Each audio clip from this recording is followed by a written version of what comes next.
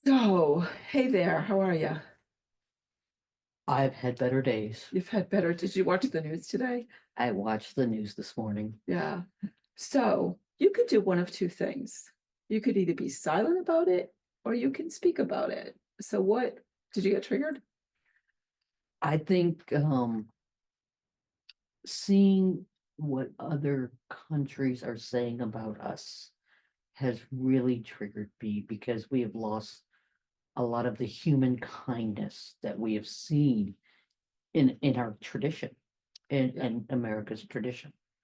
Yeah. We're losing history. We're losing our history. We're losing accountability. We're not taking responsibility for our actions. No. It's just unbelievable. And I had a conversation with my 89-year-old dad over the weekend, and he is brokenhearted about what's happening right now. Yes. But he also brought me up to be quiet about things that bother me. And so we're trying to navigate that right now because I don't know if it's well, since it's St. Patrick's Day, I don't know if it's like the Irish in me or the red hair or what. But when I get angry, when I get uh, I've learned how to use my voice. Let's just put it that Yes. way. Yes. Yeah. And coupling with you on that, I think for me and a lot of people, they were taught to remain silent, Hmm. that silence was the best answer. Hmm. And so for many of us, for many years, have stayed silent. We haven't made our voice known. We haven't made our vote known. We haven't made, you know, our decisions known. And so what I'm finding now is at what point does it do you finally say something? Like, what is it that triggers you into open conversations? Yeah. And I'm grateful. I am one of those excuse me, one of those people who has had a lot of training around self-esteem when I was younger. I'm the only girl in my family. I needed to have a voice with four brothers in order to find my way.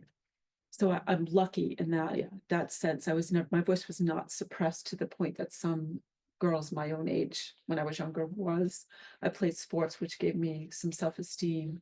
Um, I had some circumstances in my life that I had to advocate, but in my adulthood, I there was a thing that I just found out the other day that just set me through the roof, even though I have tools. Yeah. And I thought, how are people without tools or without a voice? How are they dealing? That is a great question because I don't think they're dealing well. What I'm seeing is mental health Yeah. clinics overrun. I'm also seeing alcohol sales go up, you know, all Even though it's more expensive. those things that we go to, and that's not the answer. And I'm not saying there, we all go through what we go through, but we know that until we make our voice known, that it's not going to change within us as Mm, much as we try. yeah. And that's the big difference. And the other thing for me that's happening is that even though I can speak my words when I feel compelled to do so, sometimes I just don't have words because I have emotion. I just have emotion and I'm choked up with emotion. So let me tell you what happened this week, or rewind a little bit. So I'm a pharmacist by training. I've been in the healthcare system for a very long time, and I'm a health educator. I've always loved to do education, and I found myself when I moved up to New Hampshire working in a community health center, and I was a community health educator. So I was an outreach educator. So I would go into the schools to talk about health. The funding was for sexuality education, which, to be honest, was like so much fun and such good information for kids to get science-based health information to prevent pregnancy, to help them prevent pregnancy, to help them understand sexuality, to help them understand what was happening in their body with their hormones, to help them understand when they were perhaps questioning their sexuality. Mm. Like, I'm not interested in having sex. I'm not interested in sex. I'm not interested in this conversation. Am I normal? Yeah. the whole normal thing. Does my penis look like his penis? Does my vagina look like her vagina? Or are my breasts too big? Are my breasts too small? All the things. Yeah. So it started in puberty, elementary school, middle school, high school. So I've worked with kids all the way through the spectrum of adolescent development, brain development. I also coordinated a teen clinic, a reproductive health clinic, where I help kids get access to birth control, and also had conversations about how do I know if I'm ready to have sex? Yeah. And and about healthy relationships and about flirting and date, all the things. Like, okay, so the other day with all this stuff about Department of Education being defunded, blah, blah, blah, I've came across an article that somebody sent me. It was actually one of my former students sent it to me. And it was a website that can be found on the Department of Education. I can't remember the name of it, but it is to report. It's like a whistleblower to report anybody, any teacher, any staff member, any other student, a parent, anybody who mentions GLBTQ stuff. Yeah. Or mentions sexual orientation, or mentions any of the things that I've been teaching for the past 20 years. Or mentioning sex, period. Yeah. Yeah. It's like, don't say gay, gone wild. Yeah. Yeah. And so in other words, a student that's sitting in my classroom can go online and fill out a report. A parent who heard that their student heard something in class could fill out a report. The teacher that I'm co-teaching with could fill out a report. The janitor who's sweeping the floor in the middle of class could fill out a report. And the principal could fill out a report.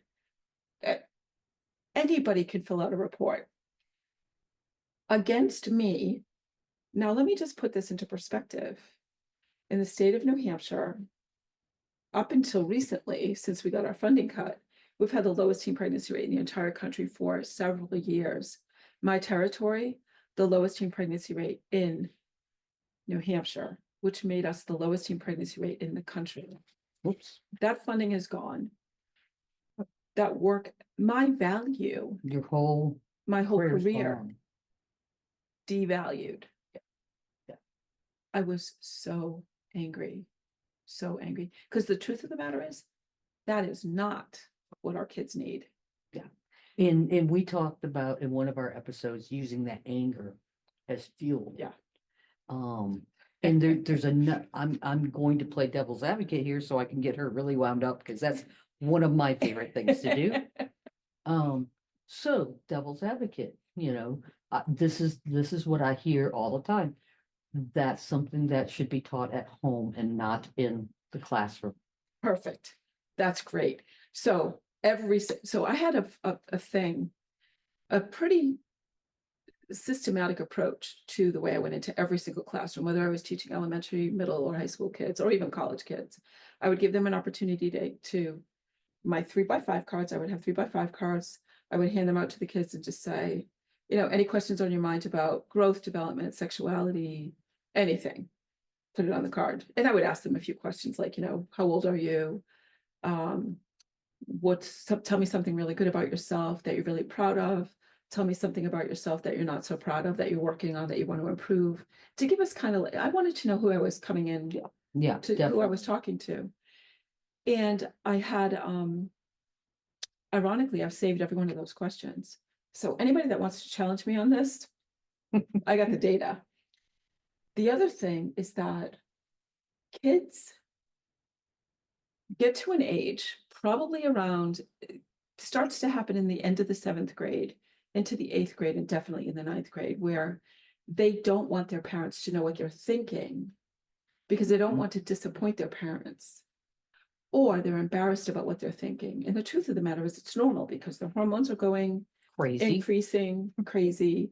Their dynamics in school, like a math teacher said, I don't teach math. I gather the kids in a math class to facilitate social interactions in the 8th grade, because that's all you do, is just kind of facilitate the sort of the dynamics that are going on in the classroom. But I can honestly say, I could go on a rant, I could talk about this forever, but I can honestly tell you that I have in fact have had parents who have signed their kids out of health education, sex education class, which they can do.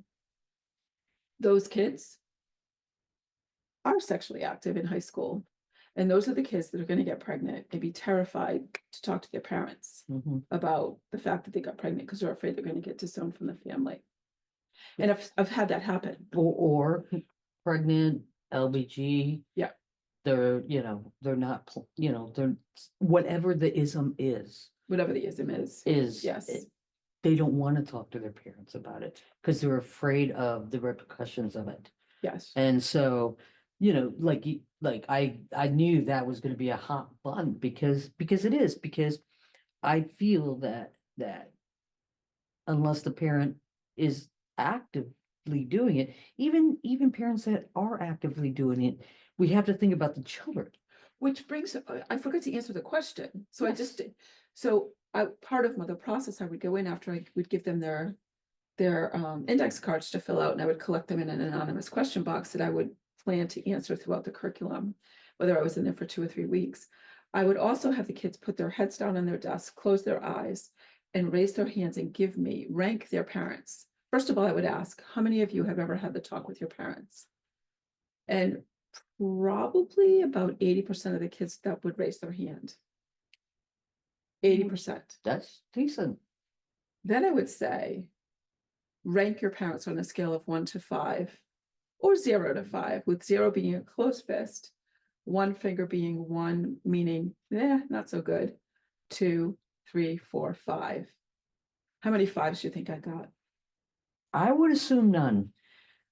Probably 1 or 2 per class of 20 kids. Okay. And then I would ask the kids later, how many of you have gotten a sexuality education lecture or talk from a parent that is a nurse or a doctor? And they would raise their hand. And those would be the 2 kids that gave their parents a 5. Okay. But the interesting thing too is that the perspective is important, because a parent's perspective on teaching their kids about sexuality is black and white. Like, you want to have them have an understanding of their body, but you don't want them getting pregnant, so you don't want them to have sex. Yep. Until they get to be older. And then it depended on whether it was male or female, because there's a bias between male and female, and what men tell their sons and what women tell their daughters. Exactly. So the bottom line is, I am writing 2 books. One of my books is what I've learned from other people's kids that parents need to know, because even if you think you know it, you don't. Yeah. I'm telling you. Yes. The second book will be a Q&A that will take that 20 years of worth of questions, because I've saved every single one of those index cards. Such valuable information. And you know what? Here's the deal. If I go to jail because I wrote that book, I don't care. You will. Pass the point. I always say, there's not very many downsides, 3 hots and a cot, 3 hots and a cot. That's just me. 3 hots and a cot. That might be nice now. I don't plan that as a professional, okay? Just let everybody know. That's not my line to go to. And I never recommended that to kids. No. My work with kids. And then just to kind of wrap this up, how do you feel that this is going to impact us in the future generations? Because this is where our hearts are at, is we're talking the future generations, of this short time will now have to kind of pay for our sins. Yeah, we're losing it. And I don't mean that religiously or anything. It's just something to say. It has to do about accountability. Yeah. I mean, Jack Canfield teaches event plus response equals outcome. Yep. Our responses to what's happening in the world right now will create our outcomes. And from my perspective, as somebody who values and has always valued future generations, the impact on future generations has been what's driven me in my entire career. Yes. We are in trouble. I think if you take the pandemic and the way the pandemic was handled, plus what's going on right now with slashing the Department of Education, disabilities, GLBTQ stuff, mental health, all of it. We are not serving our future and taking away history from kids so they don't repeat the same mistake over and over Yeah. again. And I think that's the biggest thing. We're taking the history away. Yeah. You know, we learn from history. Yeah. You know, And the other thing I would, it's, why not mention it because it's sort of right there. When our current administration had their first administration, I was in the schools and the levels of violence were increased because kids were given role models. They were seeing things on television or they were hearing things at their parents' I assume their parents' dinner table or in the household that were giving them permission to be bullies. And now it's worse than ever. Yeah. It's worse than ever. Yeah. People are, I mean, I relocated from New Hampshire to Florida. New Hampshire, I lived in the country. Florida, I'm down here. And I go out, like right now, we're in my dad's community's clubhouse. They have as a retirement community because I'm helping to take care of my dad. But when I go out on that road, it's and a whole different. it's a whole different story, and the bullying and the harassment that goes on. So what awful. would give one or three good tips that you've kind of helped your kids through to help them through this time? Well, number one, I think, is own your feelings. Yeah. Own your feelings. If you're angry, you don't need to take action on your anger, but you need to own the fact that you're angry and turn it into some sort of positive action.